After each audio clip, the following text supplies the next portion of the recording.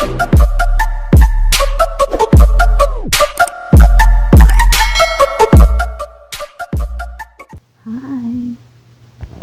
Nagsuklay na ako at tinali ko na yung buko. Tapos kinuha ko yung anak ko, kinarga, tapos dinala sa duyan, tinignan ng gatas, pinabili. Tapos inumpisa ko na yung paglilinis.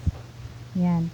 Habang naglilinis ako dyan, napaisip ako. Sabi ko, pagkatapos ko dito gawin lahat ng gawaing bahay, ano kayang isusunod kong gawin?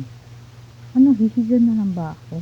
Tapos hahawak na lang ako ng cellphone ng buong araw? Sabi ko, hindi. May naalala ako.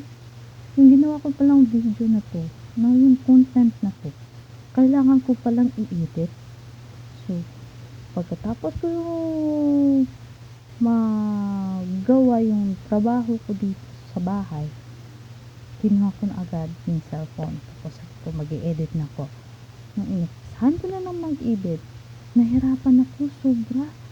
Grabe, akala ko yung trabaho ng content creator, yung mga digital creator, ng mga vlogger to na iniindulo ko, simple lang, madali lang.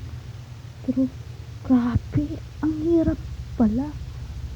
As in, nalilito ako kung ano ba dapat yung gawin, ano ba yung tamang proseso ng pag-i-edit ng content.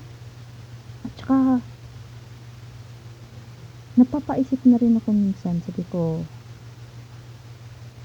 paano kaya umpisan ko ngayon? Kasi dati ko pa kasi ito pinaplano na gumawa ng content or maging isa sa mga content creator, mga digital creator na vlogger na ganun.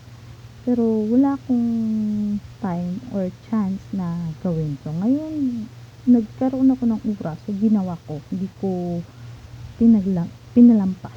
Kaya nung tinapos ko to, at pagkatapos ko ng mag-edit, tsaka pinaligyan ko yung anak ko. Kita nyo naman dyan, sinusuklay-suklay ko siya. Pagkatapos ko siyang sinuklay, nagulat ako na kinakain niya na pala yung tali ng jogger ko. Tapos nun, nagsaya pa kami yan. Tapos bigla-bigla niya ako sinampal dyan, makikita niyo dyan.